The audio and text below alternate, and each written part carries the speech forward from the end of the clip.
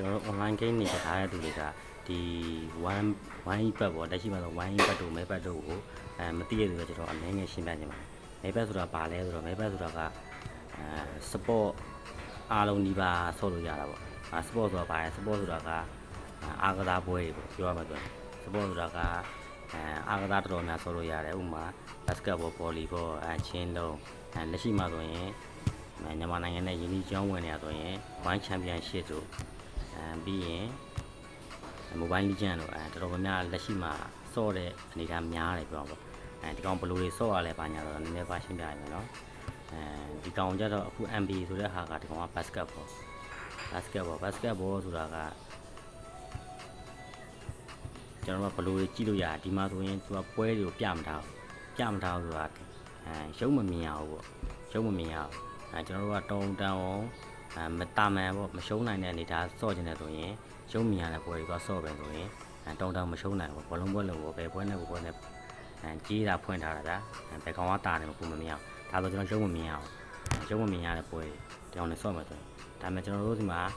group တစ်ခုရှိတယ်အဲ့ group မှာကျွန်တော်တို့ကဒါကြည့်ရင်ကြည့်လို့ရတော့ MB ပွဲတွေဘယ် group မှာလဲကြည့်လို့ရမယ်ဆိုရင်ပြတယ်နော်ကျွန်တော်ဒီမှာမဲဘက် claim ဆိုတဲ့ဟာလေးတကယ်လို့မတည်ဘူးဆိုတော့ဒီမှာဆိုရင်ခုမှရေးတော့ ATTV မြင်းဆောင် Editor မြင်းဆောင်မဲဘက် claim ဆိုနေလို့ရဒါမှမဟုတ် Editor မြင်းဆောင်မဲဘက် claim မဲဘက် claim နှိမ့်လိုက်လေကျွန်တော်ဒီ group လေးကိုဝင်လာလိမ့်မယ်ဝင်လာပြီဆိုရင်ကျွန်တော်က support like အများတန်းဒီမှာဘောလုံးပွဲဆိုလဲlink ချပေးတယ်ပေါ့လာနေတဲ့ပွဲတွေဒါလို့ကိုရီးယားကုမ္ပဏီတက်ရှာနေတယ်ဆိုလဲရဒီ link အဟောင်းပြီးဒီ link ကိုပဲနေနေလက်ရှိလာနေတဲ့ပွဲတွေအကုန်လုံးကိုတွားကြည့်လို့ရတာပေါ့တွားကြည့်လို့ရတာဘာကြည့်လို့ရလဲလက်ရှိဆော့ကစားနေတဲ့ပွဲတွေကြည့်လို့ရလက်ရှိလာနေတဲ့ပွဲတွေပေါ့support လာနေတော့ကျွန်တော် TV မှာမလာဘူးကိုရီးယား Premier League ဆိုတော့ Premier League ပွဲကကို TV မှာမလာဘူးဖုန်းမှာကြည့်မယ်ဆိုဖုန်းကမိနစ်အရင်နောက်ကျတယ်ဘာညာဆိုရင်ကျွန်တော်ဒီ link မှာလာဆော့လို့ရတယ်ဒီ link မှာလာကြည့်လို့ရတာပေါ့ကြည့်ပြီးတော့တေးကြတယ်နိုင်မယ်ထင်တယ်ဆိုတော့ဆော့ကြပေါ့ဆော့ကစားရင်တော့နိုင်ကြီးနည်းနည်းများနိုင်မယ်လို့ထင်ပါတယ်မျက်စိနဲ့မြင်ရပြီးဆော့တဲ့အတွက်တောင်မရှုံးနိုင်ဘူးပေါ့တဘောကတော့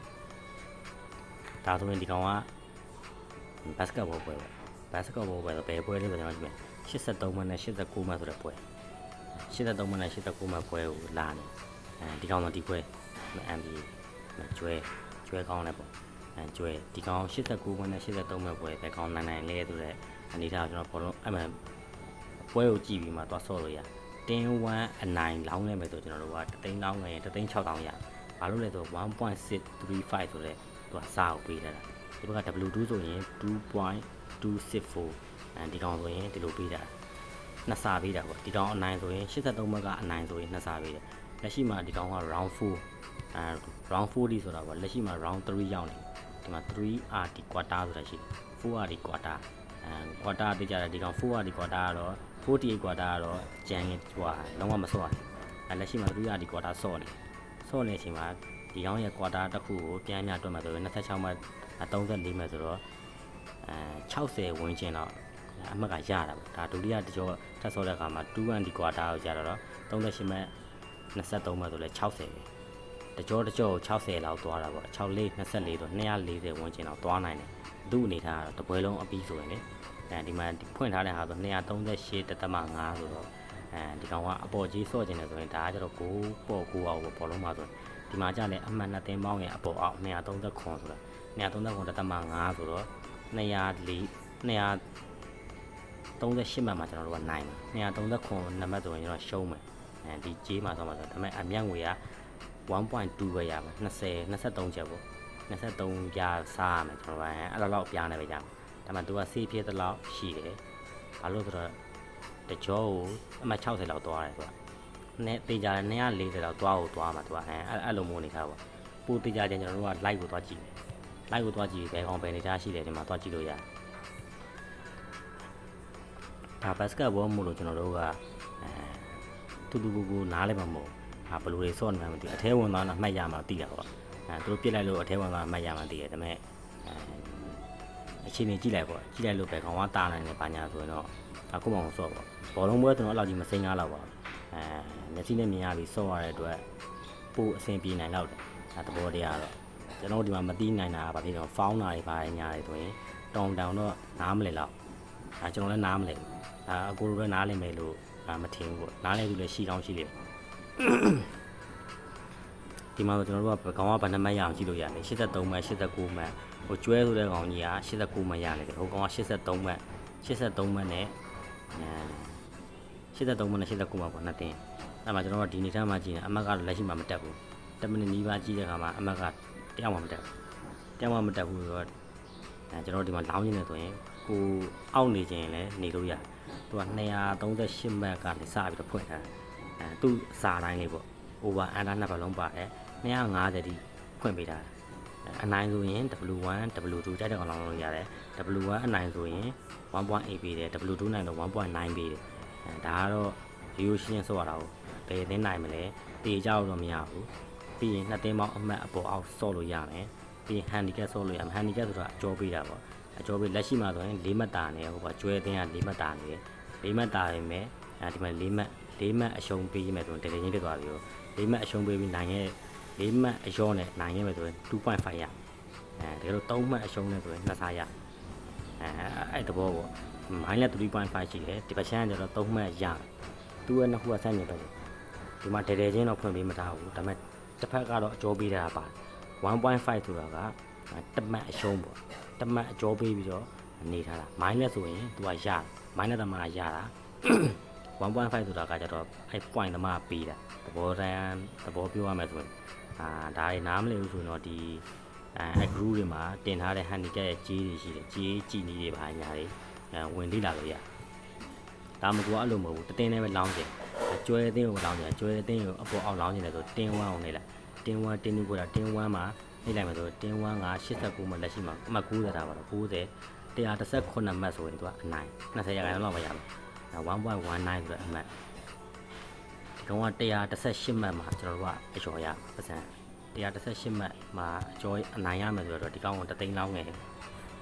2000လောက်ပဲရ1900လောက်ပေါ့3သိန်းလောက်ငယ်1900ပဲအမြောက်ငွေရမယ်ဒါပေမဲ့118မှတ်ကျွန်တော်တို့ရှုံးမှာ118မှတ်ဆိုနိုင်ရဲ့တင်း1ရဲ့တတင်းနဲ့အမှတ်ပေါ့တင်း2တတင်းမလောက်ရင်တင်း2တတင်းလောင်းလို့ရတယ်တင်း2လည်းထိုနည်းတူတာပဲ115မှတ်အရှုံးဆိုတော့100အပေါ်ဆိုရင်116မှတ်မှရအောက်လောင်းခြင်းအောက်ကိုရင်ညာဘက်ချမ်းအန်ဒါဆိုတဲ့ကြီးကိုဆော့လို့ရတယ်ဒီကောင်ကလည်းတင်း1ရဲ့တင်း2ရဲ့ over under ဆော့ကားလို့ရတယ်ခက်တာတော့မခက်ခဲဘူးကိုရီးယားနိုင်မှုတေချာခြင်းဘာလုပ်ရမလဲဆိုတော့ကျွန်တော်တို့ကလိုက်ကြည့်မယ်လိုက်ကြည့်ပြီးတော့အနေထားကိုကြည့်ဘယ်ကောင်ကဘယ်အနေထားရှိလဲတေချာပြီဆိုတော့ခါမှာကိုယ်ဆော့လို့ရတယ်တေချာလိုက်ကြည့်ပြီးဆော့တဲ့သူမှန်သမျှကရှုံးမှုရာခိုင်တော့အရန်ကိုနည်းပါတယ်ကျွန်တော်တို့ကဒီမှာနားလဲအောင်ပြောရမယ်ဆိုရင်လောင်းတက်သူတွေအတွက်ကျွန်တော်တို့ကဒါကိုဥမာပြတာပေါ့သူကဘယ်လိုဆော့ရလဲသူကတင်းဝင်းဆို W1 အနိုင်ဆိုရင်ကျွန်တော်တို့ကဥမာကျွန်တော်အစမ်းလောက်ရမှာ W2 အနိုင်ဆိုရင် 2.24 ကျွန်တော်ဒီမှာ3000လောက်လိုက်3000လောက်ရင်9000ရတော့တောင်းလိုက်ပြီလောင်းလိုက်ပြီးတော့ဒီမှာကpublic success ဆိုတော့ပြပါအော် 2.45 နဲ့ကျွန်တော်ကရပါဒီကောင်ကဘာလောင်းလိုက်တာဆိုတင်း2လောင်းလိုက်တယ်ဒီမှာတင်း2လောက်ရောင်းလောင်းလိုက်တယ် W2 အင်လုံးကြီး over time ဆိုတာအချိန်ပိုးပါနိုင်မှာအနိုင်လောင်းတာပေါ့ဒါလို့89မှတ်ကိုကျွန်တော်က90နဲ့နိုင်သွားပြီဆိုရင်ဒါပြီးသွားကျွန်တော်နိုင်သွားတယ်ပွဲပြီးရတဲ့ဒီပေါ့နော်လက်ရှိအမတ်ကတက်နေမှာသူတက်ရင်ပွဲလိုက်တက်အမတ်ပြိုင်ရမှာပေါ့တော့ပြောရမှာအမတ်ပြိုင်ရမှာသူလည်းသူ့ထက်ကအမတ်တစ်ပတ်တာနေရပါပေါ့တေးကြလို့မရတေးကြနေတော့ရှုံးမယ်ဒီသဘောကတော့3000လောက်လိုက်တာနိုင်ခဲ့ရင်93,500ရတယ်တကယ်လို့ကျွန်တော်ကမဟုတ်ဘူးတင်း2မဟုတ်ဘူးတင်း1ကိုလောင်းချင်တယ်ဆိုရင်တင်း1လောင်းမယ်ဆိုခုချိန်မှာလောက်မှမရဘူး1.344ဆိုတော့တသိန်းလောက်မှ32,500ပဲရတင်း1ကိုကဒီတင်း1ကိုနိုင်မယ်လို့ဒီမှာ10မှတ်กว่าပါရောနိုင်မှတေးကြရင်တင်း1ကိုလောင်းလိုက်ပါရတယ်တင်း1ကိုလောင်းလိုက်တကယ်လို့ကိုကတင်း2ဟုတ်တယ်ပြန်နိုင်နေဆိုရင် W2 ကိုလောင်းလိုက်3လာရခုနကတော့ကျွန်တော်ဆိုရင်2 point ကျော်ရအခု3လာပြီလက်ရှိမှာသူကတောက်လျှောက်ကြီးကအများနဲ့ပြောင်းနေတာကိုနားလဲတဲ့သူဆိုရင်ဘောလုံးပွဲဆိုတော့အဆင်ပြေတာပေါ့ဒါပဲအတင်းကဘလို့အနေထားပြန်ရှိတယ်အတင်းကြီးနဲ့တင်းလေးကန်ဝိုင်းအတင်းလေးကတွင်းသွားတေချာအတင်းကြီးပြန်တွင်းမယ်ဆိုရင်အခုနေထားတိုင်းပဲအော့ပြန်တက်လာအော့ပြန်တက်နိုင်တယ်ဆိုတော့W2 မှာလောင်းလို့ရဒါကစားနည်းတည်သွားမဟုတ်ဘူးဒီဘတ်စကတ်ဘောမှာကျွန်တော်မောင်းမဲ့တွဲခြင်းတယ်ခုစောစောတုန်းကကျတော့ကျွန်တော်ကဒီမှာဆိုရင် W2 ကိုလောင်းတဲ့ခါမှာတခါတည်းအမောင်းကိုနှိပ်တယ်နှိပ်ပြီးတော့ဒီဘက်ကိုနှိပ်လိုက်ရင်ဒါတပွဲလောင်းတာပေါ့မဟုတ်ဘူးကျွန်တော်တို့ကမောင်းပုံစံမျိုးစော့အဲ့ဒါ W2 ကိုနှိပ်မယ်အတက်တူဘတ်စလစ်ဆိုတာကိုနှိပ်လိုက်မယ်နှိပ်လိုက်တဲ့ခါဘာဖြစ်သွားလဲဆိုတော့ဒီကောင်ကမလောင်းသေးဘူးဘလို့မလောင်းသေးတဲ့တူကသူကမှတ်သွားတယ်ဘတ်စလစ်မှာတစ်ခုမှတ်သွားတယ်အဲ့တစ်ခုကဘောက်တောင်ဆိုတော့ဒီတစ်ခုကနောက်တစ်ခုနဲ့တွဲမှာပေါ့ဘာလဲဆိုတော့မောင်းပုံစံမျိုးပဲဒီကောင်မှတ်ထားတယ်သဘောထားကြည့်လိုက်ဒါမောင်းမစော့တဲ့သူအတွက်ဒီဘတ်စကတ်ဘောလည်းမောင်းတွဲလို့ရတာပေါ့ W2 ကိုကျွန်တော်ကထည့်ထားတယ်ဒါပေမဲ့မလောင်းရသေးဘူးနောက်တစ်ခုထည့်ယူပေးမယ်သဘောကနောက်တစ်ခုပါရေးမယ်နောက်တစ်သင်းပေါ့ဒီဘက်တစ်သင်းကိုကျွန်တော်ကတင်း W2 ပဲနှိပ်လိုက်မယ် W2 နိုင်အတက်တူဘတ်စလစ်ကိုနှိပ်လိုက်မယ်နှိပ်လိုက်နှစ်သင်းဖြစ်သွားတယ်ခုနကတော့တစ်သင်းအခုတစ်သင်းနှစ်သင်းလုံးကိုကျွန်တော်က W2 အနိုင်လောက်တာအဲ့ဒီမှာဘက်ကိုတန်းပြီးတော့မယ်ဘက်ကိုနှိပ်လိုက်ရင်ခုနကတော့နှစ်သင်းလုံးကိုကျွန်တော်တို့ကမောင်းတွဲတဲ့ပုံစံမျိုးပေါ့နှစ်ခုလုံးတစ်ခုမှမှားလို့မရဘူးတစ်ခုမှားရတယ်ကျွန်တော်ကရှုံးသွားနိုင်တယ်သူကမောင်းပုံစံမျိုးဆိုတော့အတွက်တစ်ခုက 2.5 တစ်ခုက 1.5 ဆိုတဲ့အတွက်ကိုလောင်းတဲ့ကြေးရဲ့ဥမာ1000ခု10ရာ1000ဆိုတဲ့အတွက်အော်က4စားလောက်ရမယ်တစ်ခုမှားခဲ့ရင်ဘောလုံးပွဲမောင်းလို့ပဲတစ်ခုမှားရတယ်ကျွန်တော်ကကျိုးမယ်ကျိုးရဆိုရှုံးမယ်ဆိုရှုံးသွားမယ်အနေထားနှစ်ခုလုံးမှန်မှကျွန်တော်တို့ကရမယ်အနေထားဒါကမောင်းဆော့တဲ့ဆော့ခြင်းတဲ့သူတွေအတွက်ဆော့တက်အောင်လို့ကျွန်တော်ရှင်းပြပေးခြင်းဖြစ်ပါတယ်နောက်ကြရင်ကျွန်တော်ဘောလုံးပွဲဆော့နေလေးထပ်ပြီးတော့အသေးသေးရှင်းပြပါမယ်ကျွန်တော်ဘယ်ဘက်မှာ promo code က GM16 နော် GM16 သုံးမယ်ဆိုရင်မကြ giveaway တွေရတယ်ပြီးရင် free ကစားခွင့်တွေပါတယ်ရတာပေါ့ကိုရှုံးရင်ရှုံးတဲ့ငွေရဲ့ပုံမူတည်ပြီးကျွန်တော်တို့ပြန်အန်းနဲ့အမြတ်ငွေတွေပါရှိသေးတယ်ကျွန်တော်တို့မြတ်တဲ့ပုံမူတည်ပြီးတော့ပြန်အန်းပေးရတယ်ရှိတယ်ဒါကတော့စော်ကစားတက်တဲ့သူတွေကြရင်ပို့ဆင်ပြရဒါမှမဟုတ်ရင် wine ဘက်ကောမဲဘက်ကော promo code VN fan 82ဆိုတဲ့ promo code သုံးပေးမယ်ဆိုရင်လည်းအပတ်စဉ်စနေနေ့တိုင်း1000ကျပ်လူတိုင်းအလကားယူလို့ရတယ်ပေါ့အလကားယူလို့ရတယ်ဒါပေမဲ့သူကစီးမြင့်တော့ရှိတယ်တစ်ပတ်အတွင်းကို$ဖို့ဆော့ရတယ်$ဆိုတော့ညီမငွေပေါက်သေးခုလက်ရှိဆို4000ပေါ့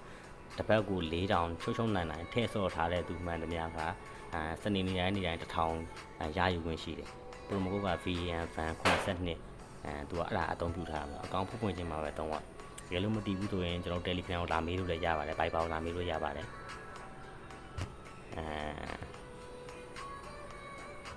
ဒါဆိုရင်တော့ကျွန်တော်တို့ဒီမှာလက်ရှိမှာ support မှာဆိုရင် basketball ကြောင့်နားလဲဟွာ